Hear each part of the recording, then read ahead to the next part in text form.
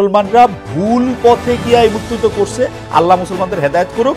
বা আপনারা তো আওয়ামী লীগের যে ন্যারেটিভ ছিল যে ওরা না থাকলে কি হবে সেটা প্রমাণ করার জন্য তো মানে ব্যস্ত হয়ে গেছেন আমি দেখতে পাচ্ছি। ইসলামী ছাত্র শিবিরের সেক্রেটারিকে নিজের মুখে বলতে শুনছি যে এটা কেন জাস্টিফাই না। 2024-এর এই গণ অভ্যুত্থানের মাত্র কয়েকদিন আগে আমাদেরকে নিষিদ্ধ করা হলো, কাউকে নিষিদ্ধ করা হলো, আমাদের করা হলো। বাংলাদেশ জাতীয়তাবাদী দল বিএনপি ওনাদের ওখানে যে মহাসচিব হিসাবে শ্রদ্ধেয় মির্জা ফখরুল ইসলাম আলমগীর সাহেব উনি কাজ করছেন, ওনার বাবা সম্পর্কে আমাদের কাছে কি মেসেজ আছে? তো সেজন্য কি বিএনপি কে এখন ক্ষমা চাইতে বলতে হবে, বা আমরা কি বলবো যে মির্জা ফখরুল সাহেবের শ্রদ্ধেয় মরহুম পিতা মির্জা রুহুল আমিন চোখা মিয়া 1971 সালে উনি ঠাকুরগাঁ জেলার অন্যতম স্বাধীনতা বিরোধী হিসাবে 710 জনের একজন ছিলেন।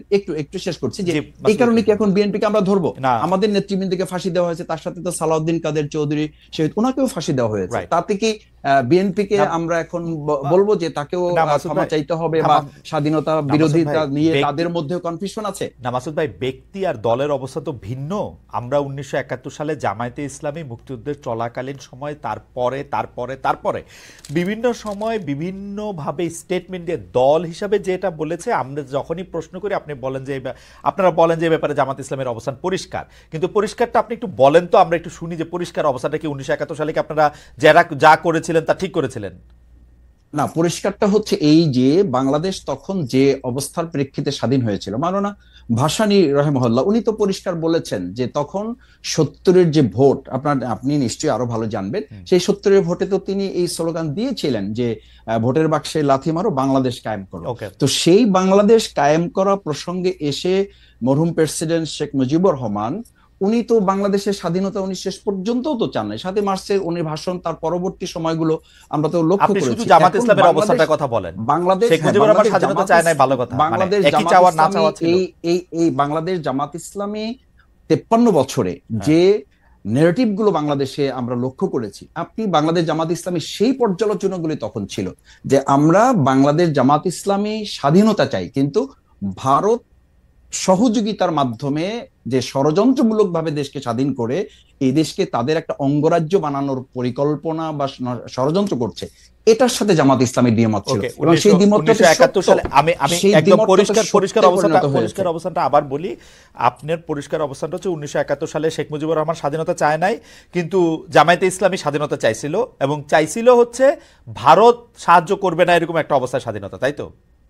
ভারতের ষড়যন্ত্রমূলক ওই সহযোগিতাকে সাথে নিয়ে আমরা, এবং এই অবস্থানে কোনো পরিবর্তন, এই 71 থেকে 25 পর্যন্ত কোনো অবস্থান পরিবর্তন হয় নাই, তো এটাই ছিল, তো এটাই ছিল, এটাই থেকে এই 2024-এ এসে এটার পরিবর্তন হয়েছে। আমি বলেছি এবং আমাদের ছাত্ররাও তো বলেছে, জনতাও বলেছে যে ওই 2024-এ 5ই আগস্ট আমরা কিন্তু শুধুমাত্র একটা সরকার পরিবর্তন ঘটাই নাই, আমরা আমাদের এই সন্তানেরা, আমাদের এই ছাত্র জনতা সেদিন একটা আধিপত্যবাদেরও আমরা পতন ঘটিয়েছি। কারণ আপনি জানেন যে আপনার একটা ইস্যু আমি আলোচনাতেও দেখেছি, এবং আমাদের দেশের গোয়েন্দা সংস্থা পরবর্তীতে বিভিন্ন আলোচকরাও বলেছেন যে সেদিন 2024-এর জুলাই আগস্টে আমাদের পার্শ্ববর্তী রাষ্ট্রের একটা সক্রিয় এবং শক্তিশালী গোয়েন্দা সংস্থা এই দেশের তৎকালীন দুষ্ট চক্র আইন শৃঙ্খলা বাহিনীতে যারা ছিলেন তাদের সাথে সম্পৃক্ত থেকে আমাদের দেশের ছেলেদের উপর গুলি করা হয়েছে। আমি আমার 67 দিনের রিমান্ডে আমি একটা সাক্ষাৎকারে বলেছি, আপনাকে আবার একটু স্মরণ করাচ্ছি, যে আমাকে যখন ইন্টারোগেশন সেলে নেওয়া হয়েছে তখন চোখ বাঁধা, হাত পা বাঁধা অবস্থায় আমাকে যখন দুটা চেয়ারে শোয়ানো হয়েছে, আমি তাদের কাছে খুব ইসের সাথে জানতে চেয়েছিলাম, স্পষ্টভাবে জানতে চেয়েছিলাম যে আমার চোখ খুলে দেন, অথবা আমাকে দেখতে দেন, অথবা আমাকে পরিচয় দেন যে আপনারা কারা আমার ইন্টারোগেশনে আসছেন। ওনারা অসতর্কতাবশত হোক অথবা কৌশলগত দিক থেকে ওনাদের মনে না থাকার কারণে হোক, ওনারা বলেছেন এখানে দেশি বিদেশি সংস্থার লোকেরা আছে। মাসুদ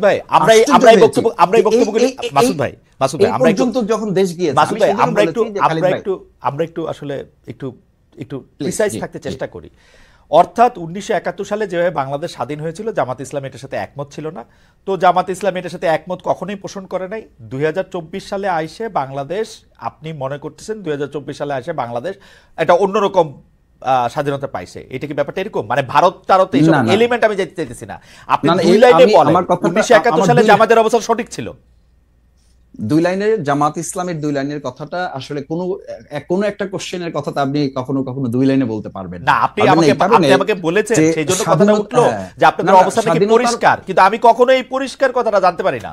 পরিষ্কারটা কি? কথা হচ্ছে এইটা যে বাংলাদেশ জামাত ইসলামী স্বাধীনতাটা ভারতের ষড়যন্ত্রমূলক সহযোগিতার মাধ্যমে চায়নি, কিন্তু যখন স্বাধীন হয়েছে দেশ, সেই স্বাধীনতাকে ধারণ করে জামাত ইসলাম, ইসলামী ছাত্র শিবির তার সামগ্রিক কার্যক্রম পরিচালিত হয়ে আসছে এবং সেটা প্রমাণিত এবং পরীক্ষিতভাবে দেশের জনগণ সেটাকে গ্রহণ করেছে।